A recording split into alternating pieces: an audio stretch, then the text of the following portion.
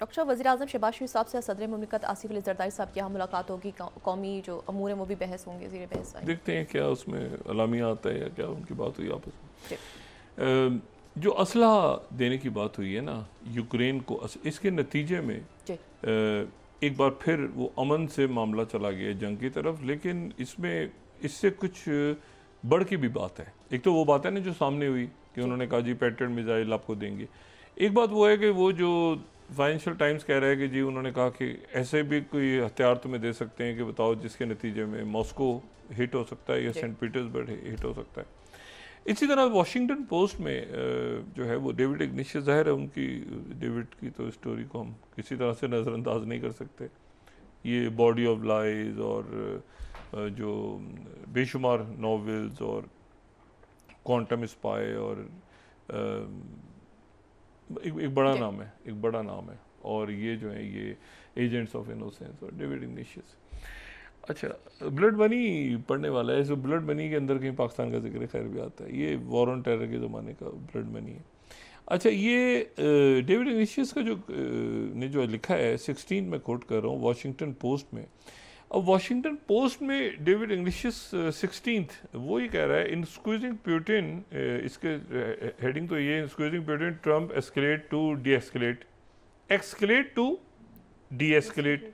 लेकिन आगे वो एक और बात इसमें है, वो ये कि Trump also considered sending Tomahawk cruise missiles, the same weapons fired against Iranian targets last month fight from Ukraine. अच्छा, this could hit Moscow and Saint Petersburg and they were included in discussion as late as Friday. ये भी discuss हुआ है कि क्या टॉमाहॉक्स भी देने हैं क्या यूक्रेन को कि डायरेक्ट वो हिट कर। अच्छा, मैंने आपसे कहा ना स्टोरी चूंकि डेविड इग्निशियस की, इसलिए इसको नज़रअंदाज नहीं किया जा सकता। अच्छा, Tomahawks are off the delivery list for now I am told, ये उसको बताया गया कि टॉमाहॉक्स नहीं है, डेविड को बताया गया कि they told will do it later if Trump wants even more leverage. अब ये जो टॉमाहॉक्स हैं ये तो लैंड अटैक मिसाइल्स हैं, ठीक है, लैंड अटैक मिसाइल्स हैं। और आगे ये कह रहा है कि Trump decided to escalate for three reasons, जंग को और बढ़ाना चाह रहा है ट्रम्प तीन वजूहत की बुनियाद पर, यह सूरत हाल को और एस्केलेशन। पहले ये कि ही बिलीव कि पुतिन वाज डिसरिस्पेक्टिंग हिम, ठीक है, और उसके बाद feigning readiness to make peace but ignoring the US president's call for a ceasefire. दूसरा ये कि he saw the efficacy of US military power in use of B-2 bombers and Tomahawk missiles against Iran. तीसरा ये कि he thought कि Putin would only negotiate if threatened with greater force, as the Russian like to say Trump decided to escalate to de-escalate. अब ये जो बात है सारी, ये मामला खराबी की तरफ चला जाएगा। उसकी मैं वजह ये बताऊं कि अगर तो टॉमाहॉक्स यहाँ जर्मनी में लगा दिए आके या किसी और जगह, यूक्रेन को देना तो बिल्कुल ये अजीब सी बात है कि यूक्रेन ने पता चला कि फ़ौरन ही चला दिया टॉमाहॉक।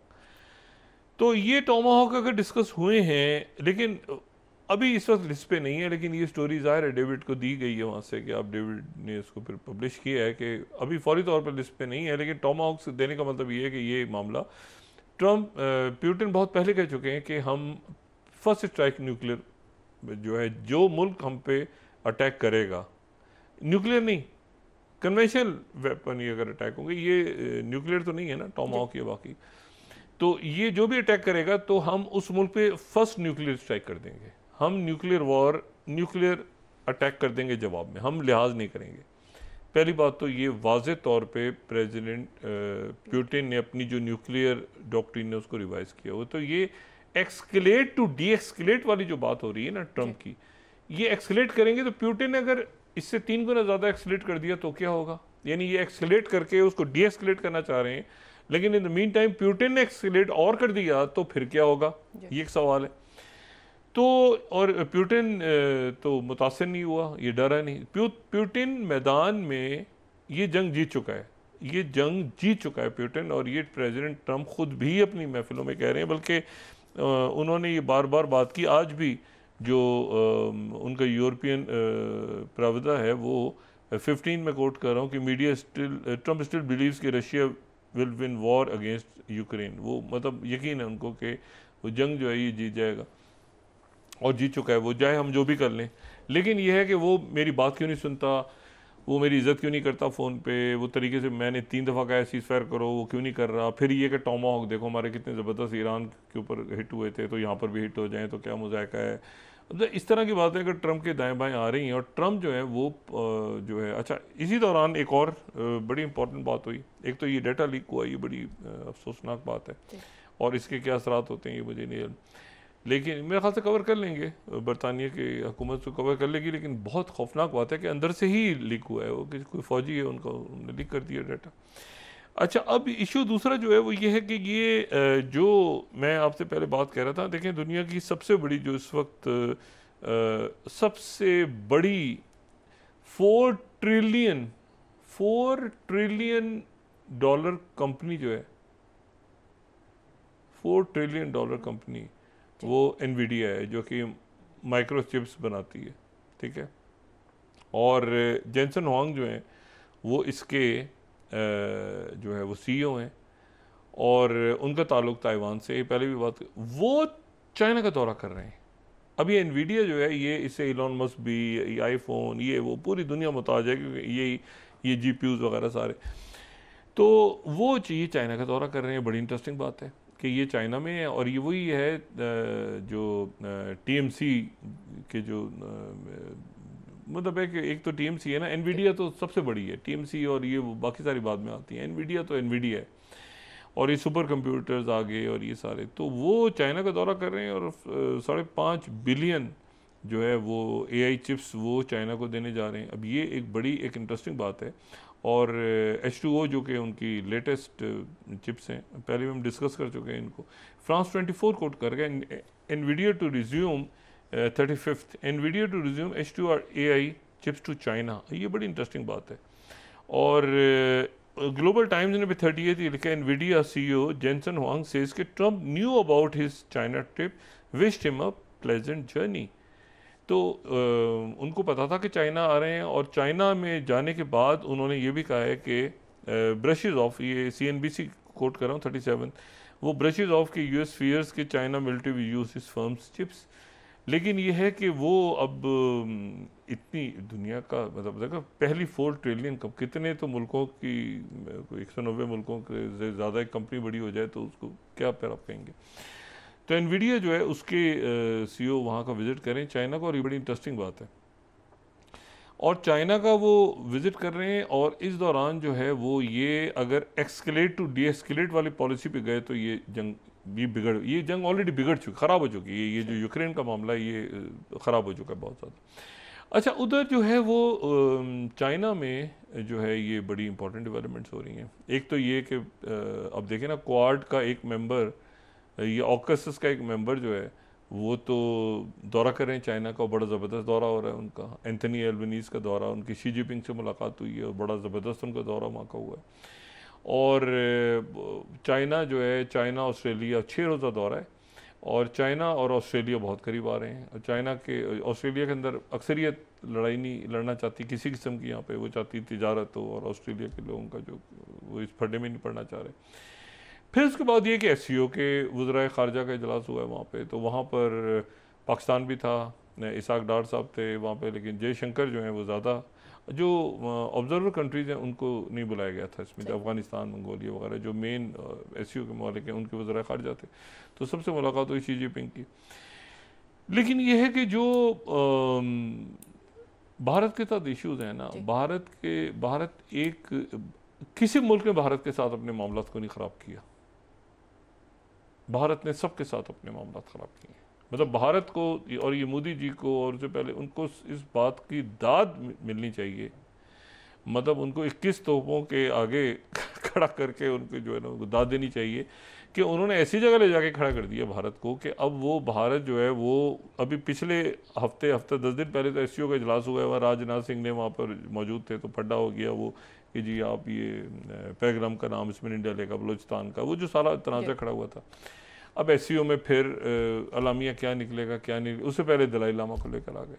उससे पहले अब चाइना जो है, चाइना ने एक मैप उनके पास है, मैप उन्होंने शाये किया कि ये जो इलाके हैं ये हमारे इलाके हैं।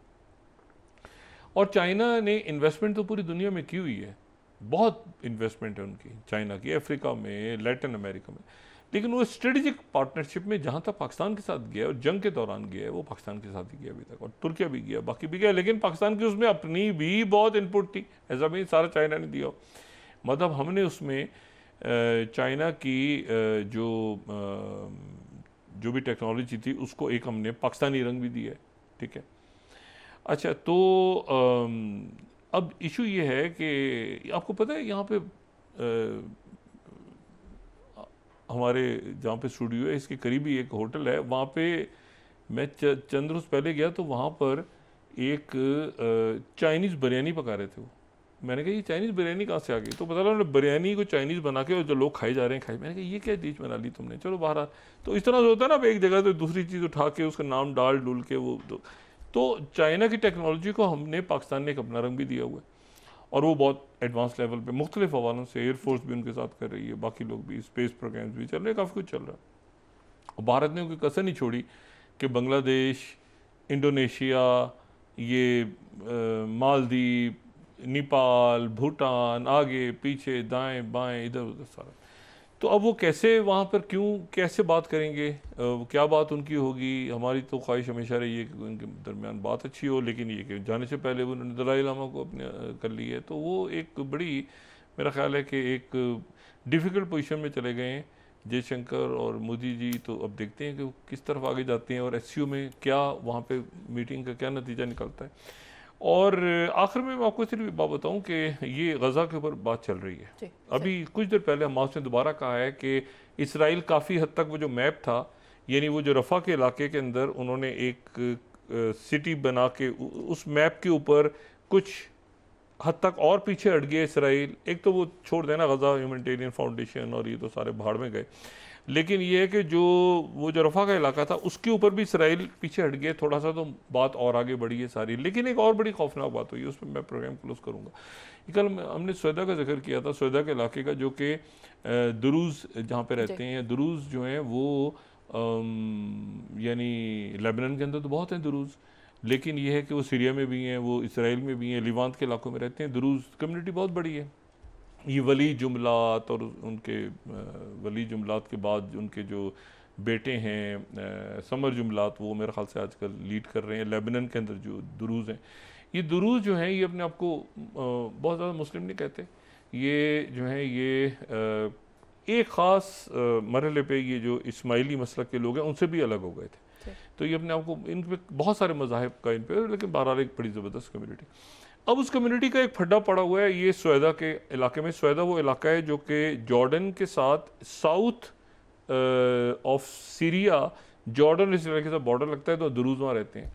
अब दुरूज़ का और लोकल वहाँ पे जो गवर्नमेंट है MS शरा का, उनका झगड़ा हुआ बीच में, जैसे होते हैं मुख्तलिफ, एक नया सेटअप बना है, वो जाहिर सी बात है कि मुख्तलिफ तनाज़ात हैं। वली जुमलात यहाँ आए थे शुरू में, आपको याद होगा, और वो मिल के गए थे अहमद, क्योंकि वो वली जुमलात जो हैं वो अमल के साथ बहुत करीब थे, अमल के बहुत करीब थे, जो हरकतुल अमल थी लेबनान में, लेकिन वो सीरिया के अगेंस्ट थे, सीरिया के वो बशार अल असद और इनके वालिद के अगेंस्ट रहे हमेशा।